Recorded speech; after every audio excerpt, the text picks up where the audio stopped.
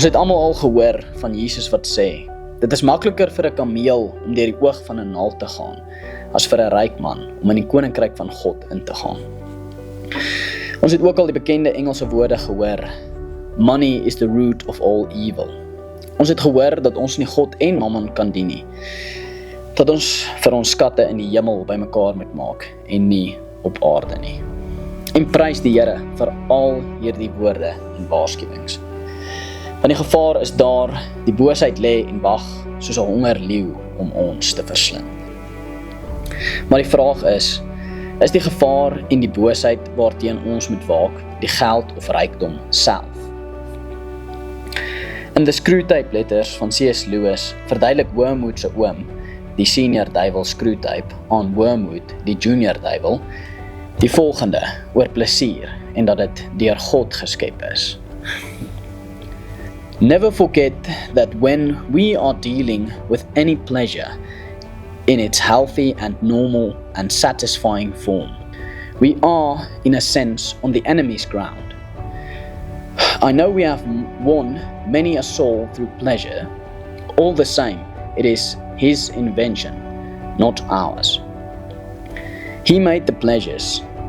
All our research so far has not enabled us to produce one.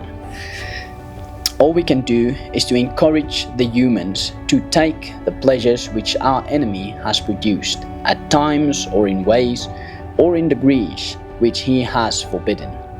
Hence, we always try to work away from the natural condition of any pleasure to that in which it is least natural, least redolent of its maker, and least pleasurable. An ever-increasing craving for an ever-diminishing pleasure is the formula. Net soos met plesier is dit ook so met rykdom.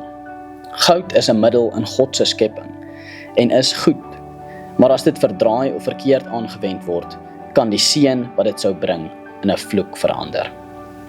Die Engelse woorde money is the root of all evil kom uit 1 Timoteus 6 vers 10. Maar die volle sin is, for the love of money is the root of all evil.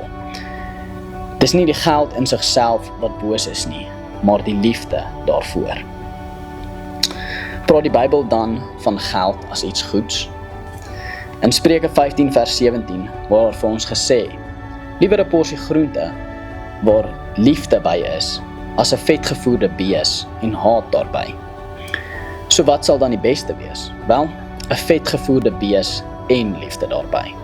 Met dit gesê, as daar dan in Spreuke 28 vers 6 staan, 'n arme wat onberispelik leef is beter as 'n vals persoon wat op 2 paaie loop terwyl hy ryk is.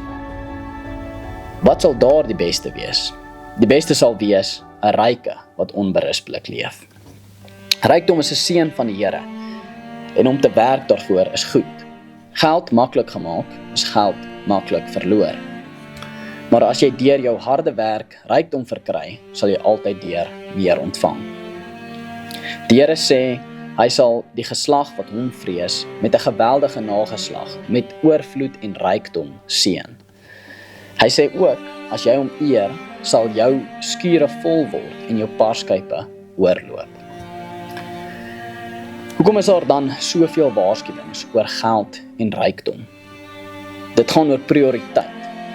Soek eers die koninkryk van God en al hierdie dinge sal vir julle bygevoeg word. Geld is goed, nie God nie. Ons Christene moet nie vir die wêreldse manier van dink val nie. Die wêreld spreek altyd die middel aan en los die mens. Wanneer daar 'n massa skietvoorval plaasvind, wil hulle gewere verbân. Wanneer mense dronk raak, wil hulle alkohol beperk. En nou wil ons as Christene dieselfde doen met geld. Maar niks van hierdie dinge is sleg of boos nie. Gewere pleeg nie moord nie, drank word nie dronk nie, en geld ondersteun nie heidense afgode of word hoogmoedig nie. Mense doen hierdie dinge. Moet nie siellose middele aanspreek nie, maar spreek die mens en sy sondige hart aan. Bybelse finansies, hierdie Vrydag by 'n nageslag sal om 10. Kom gesels saam.